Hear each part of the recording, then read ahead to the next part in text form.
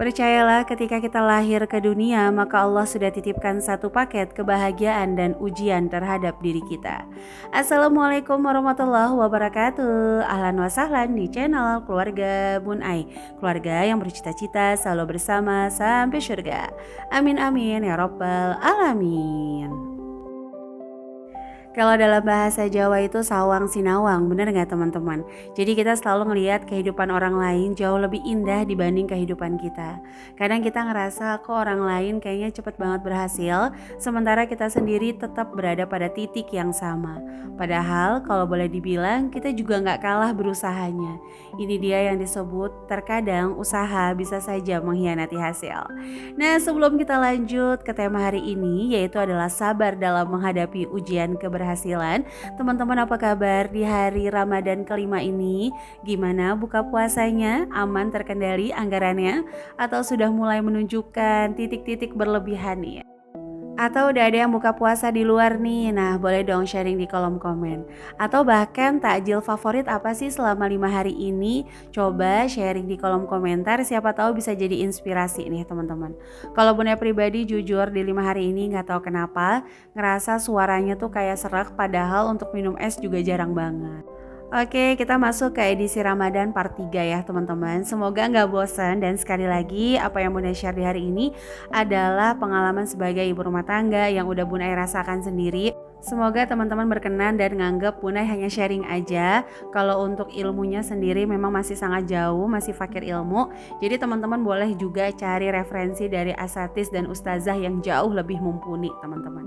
Nah, jadi di sini Bun Ai mau memperkenalkan salah satu penyakit yang mungkin nggak terlalu viral ya, kayak penyakit AIN kan viral banget tuh.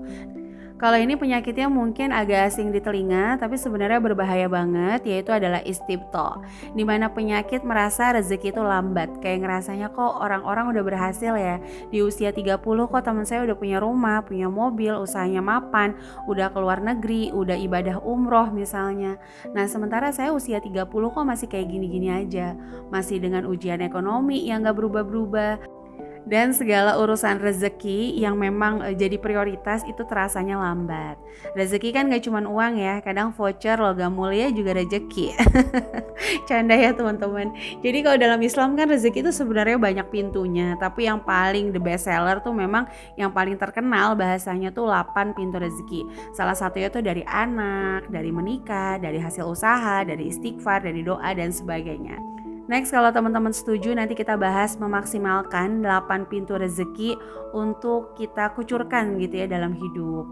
Nah sekali lagi, jadi kembali ke isti'aba, dimana penyakit ini merasa rezeki itu lambat. Merasa udah usaha tapi kok kayak gak kaya-kaya ya. Cari yang halal aja susah, apa haram aja ya sekalian. Nauzubillahi min dzalik ya teman-teman. Dan yang terakhir, merasa usia udah banyak tapi rezeki itu masih segini-gini aja alias sempit. Sekali lagi, kalau saat ini yang lagi ngedengerin video Bun Ai lagi berada dalam posisi ujian ekonomi yang sangat-sangat di titik terendah, bersyukur sekali teman-teman. Setidaknya kita berada pada jalur yang halal, karena banyak banget teman-teman di luar sana yang mungkin hari ini nangis gitu karena gak punya jalan rezeki halal, mau gak mau haram gitu, pengen keluar tapi mungkin belum ada kemampuan. Mudah-mudahan Allah mampukan hatinya, mampukan imannya, mampukan usahanya, amin. Dan sekali lagi Bunda ingatkan ayat yang populer banget, barang siapa yang bersyukur akan ditambah nikmatnya.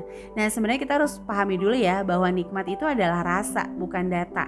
Jadi kalau Bun Ai bilang Bun Ai lebih menikmati makan sayur asem dengan ikan asin dan sambal terasi, teman-teman gak bisa paksa. Bun Ai harus menikmati makan steak dengan es yang super mahal. Karena jujur Bun Ai pernah ditraktir dan Bun Ai bilang Bun Ai gak doyan. Itu harga satu porsinya 250 ribuan dan alhasil Bun Ai benar-benar gak nikmati. Di situ Bun Ai belajar bahwa nikmat itu adalah rasa, bukanlah sebuah data.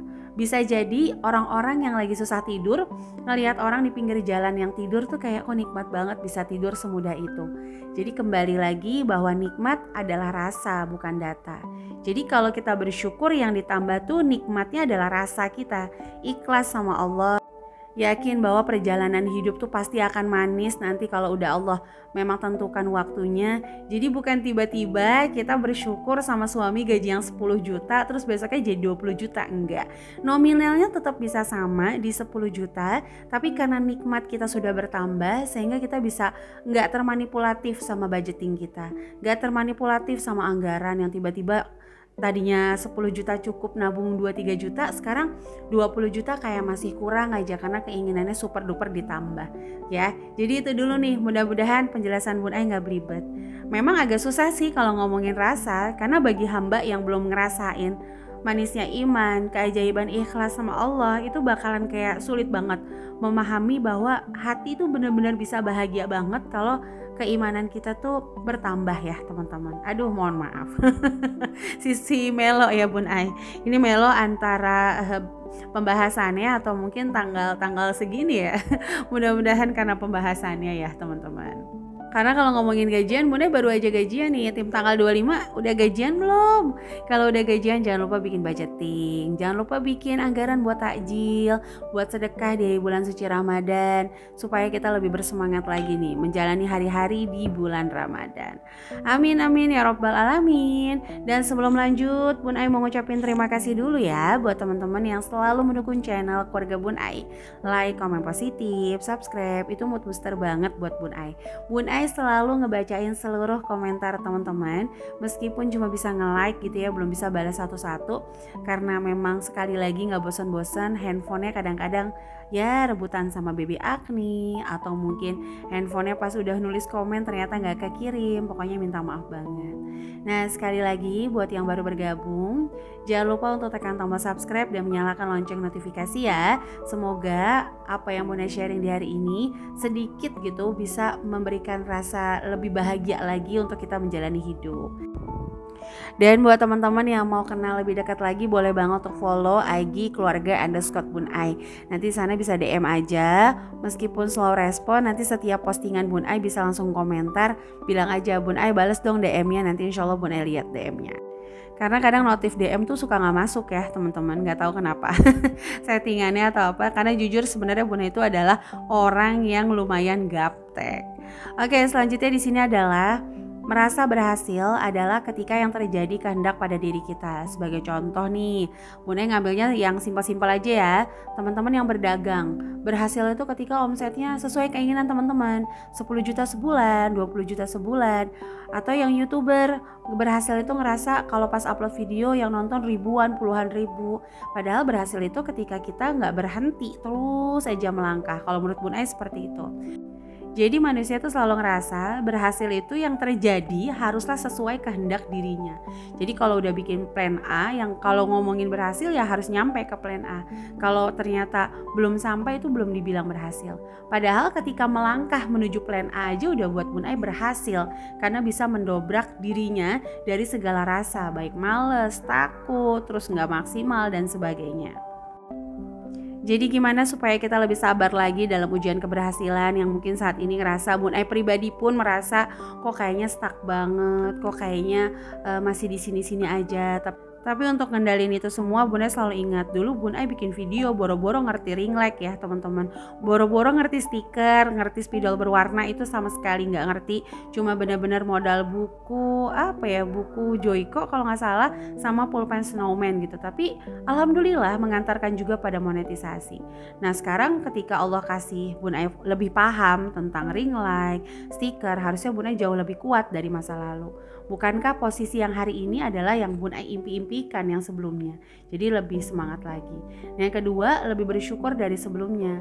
Jadi berhasil tuh ketika kita udah mulai ya udah lakuin aja lah, nanti urusan keberhasilan kalau Allah udah tentuin juga berhasil, meskipun ya tidak di jalan atau belum tentu di jalan yang sedang kita lalui sekarang.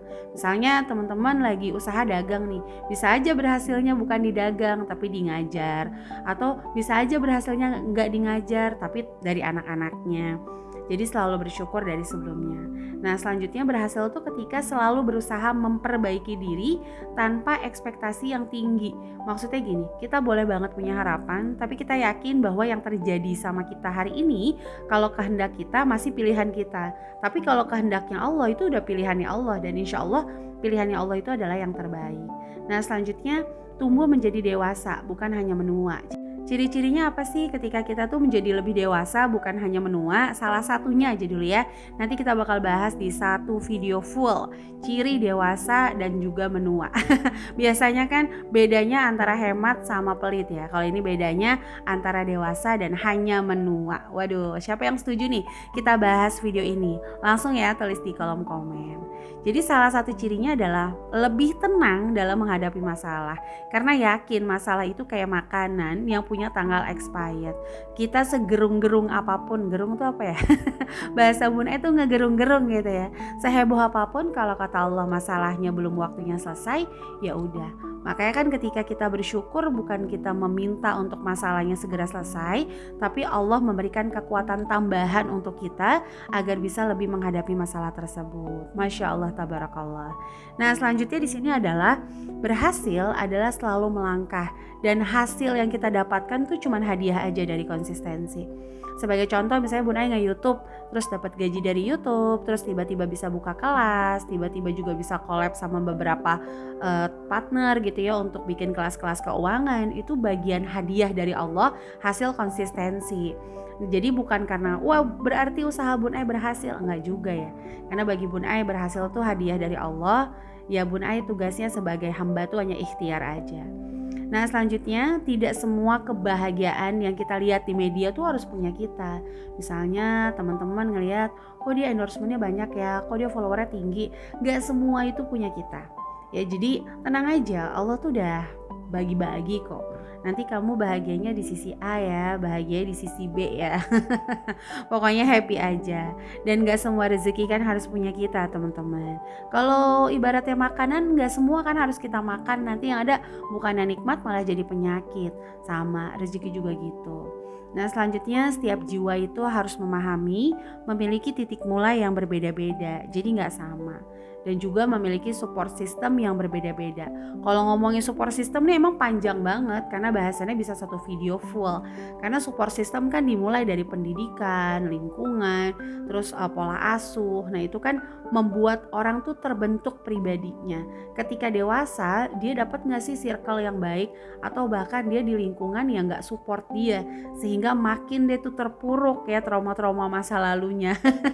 Yang harusnya bisa di-refresh, dimaafkan, bisa menjadi lebih positif lagi, lebih melangkah lagi. Ternyata setelah menikah, mohon maaf, saya dapat suami yang tiba-tiba kayak kerjanya nakut-nakutin doang, temen yang gak support, yang bisanya cuman bully.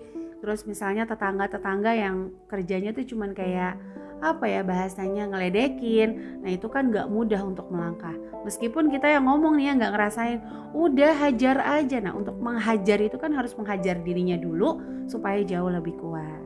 Nah gitu ya teman-teman. Jadi mudah-mudahan kita terhindar dari penyakit isti'ba, karena kita ngerasa rezeki Allah itu lambat banget, kita gak berhasil-berhasil, sehingga kita merasa Allah tuh gak adil.